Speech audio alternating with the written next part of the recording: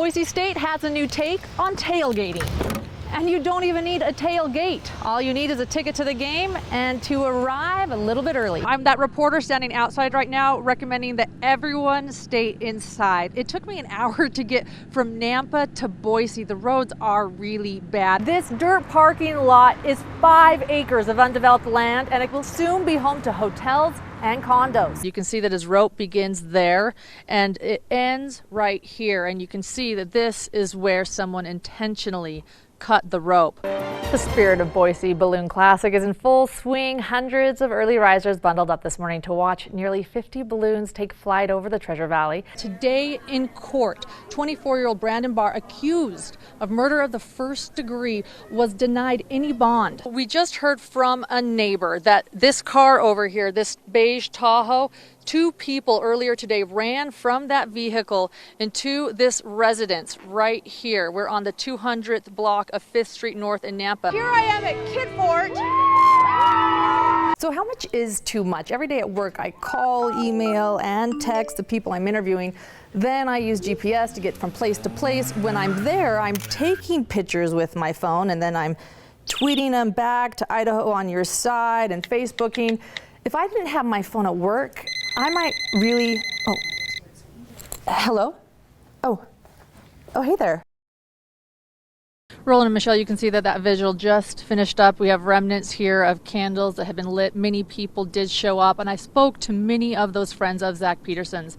They say that he was a dedicated father and caring friend. Take a look. I felt like my whole world just came down. Every time I look at him, I see his dad, and I feel numb. It can't be happening. This candlelight vigil marks the scene of a tragedy. It's where Zachariah Peterson was shot 24 hours before the vigil began. Here at the well-known Boise Depot, Peterson was murdered Wednesday night. That man got so mad over an argument that he took a life of a dad, a son, a brother. Those who knew him remember Peterson as a father, a brother, and a friend. He did change my life in a kind of a way, you know.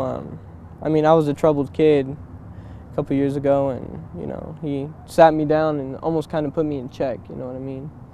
Told me what was really going down and told me, you need to get your act together and stay out of trouble. So, he was always there for me no matter what it was, even if I needed a place to stay, he always had me, so. One man sits behind bars. 24-year-old Brandon Barr is accused of murder of the first degree. Investigators say Barr knew Peterson, and witnesses say an argument took place before the shooting.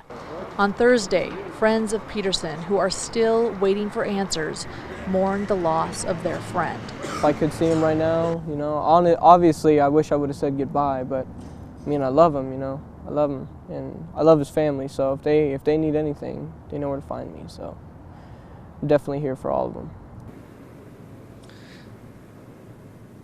Again, Barr was arraigned in court today, charged with first-degree murder. He was denied any bond.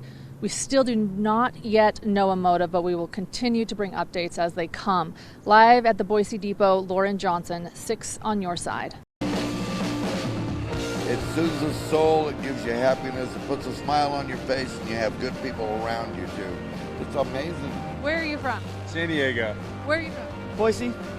Boise. Boise. It's fantastic. Where are you from? Pocatello. What are you doing out here? I came for some good music for spring break. Where are you from? I'm from Denver. Where are you from? Oh, we're from Eagle. Brooklyn, New York. Where are you from? Las Vegas. Where are you from? Toronto. Where are you guys from? Portland. And what are you guys doing out here? We're here to play a show tonight. We're little, but we're so diverse. And what are you doing out here? Shreveport. And are you guys having a fun time? Yeah, we just went to Hackford. It was excellent. I wasn't even supposed to be here. I was going to go to the gym, but I just got tempted for the burgers. What do you think about Boise so far? Beautiful. I love it. And my favorite part about it so far is the YMCA. You guys got it going on. 400 bands, what? Do you like the music here? Yeah. And what are you doing out here? Just on a crazy road trip. Thought I'd stop through beautiful Idaho and check out a little music festival. Oh, it's so amazing. This is only my second, but last year I had a blast. It's so much fun. Just good energy, good people. It's really, really good to be here right now. What are you guys doing out here? Partying. Drinking. The same. What are you guys doing? Just hanging out, basically, walking around. It's been great. It's been a blast. The weather's beautiful. Can't complain. Perfect spring break for Idaho.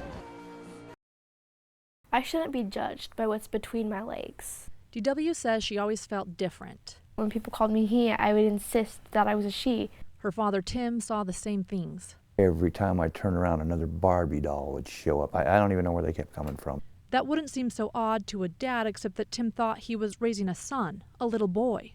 Embarrassed, kept it to myself, never told anybody for the longest time. Getting mad and throwing every Barbie I could find on the barbecue grill, lighting them up. Enough of this Barbie stuff. Let's go get some baseball. I thought maybe I could do more. Maybe I was not involved enough in the life. I thought it was my fault. It wasn't just Tim who fought what he thought was just a phase. Growing up in a small Idaho town, when DW tried to grow her hair out and wear girl clothes, she was bullied. They would beat me up. They would call me a faggot. They were brutal there to me. They told me that I wasn't allowed to wear my girls' clothes. I went home to my mom and I cried. I wouldn't eat. For days, I was just devastated. Some told DW that she was simply gay. It would be gay for me to like girls because I am a girl. DW wouldn't and couldn't give up, determined to be who she knew she was, a girl living in a boy's body. I remember the first time when I was at a babysitter's house and everyone was playing dress up and I wore a dress. I remember twirling around in it, and I remember playing with my hair a little bit and wearing these really pretty toy high heels. I felt so at peace, and I finally didn't feel confused. And last year something happened. Her father had a change of heart. I love you. I love you. I researched stuff, found out about the suicide rate among transgender children is just up there. I mean, it's just really super high. And it's generally because of their parents, and mostly their fathers, people like me, you know. And I had to change. I'm 100%, biological boy, but I have the brain of a girl, so I think like a girl. You almost have to have a funeral for your son and like a new birth of a daughter. Yeah, okay. The family moved to Boise, the city, to get DW away from the bullies and start fresh, registering her for the first time as a girl in her 6th grade class. I don't have a son anymore, I have a daughter. I don't think, there's anything about me that's a boy by what everybody else says is a boy. As DW prepares for junior high, she seems to have a strength and a determination unusual for a child her age. You will most likely have lots of bullying. People will judge you and treat you wrong. I know, it sounds scary. But look, I know it sounds easier said than done, but if you just smile through it and love yourself, you will make it through the tough times. Her father worries, knowing what DW's experienced and the unknown ahead. But the determination of his little girl helps him know they can move forward together. I'm past the point where DW is transgender. She's my daughter, and she's an amazing daughter. Lots of changes to go through. I know. Lots of fears, lots of joys. I'm not scared at all. I'm not scared. I'm not scared at all. I'm not scared of us. I'm scared of the other people out there that don't understand. I am not scared about the people that don't understand, because I'm doing this so they will understand. And if they don't understand, then they're not listening.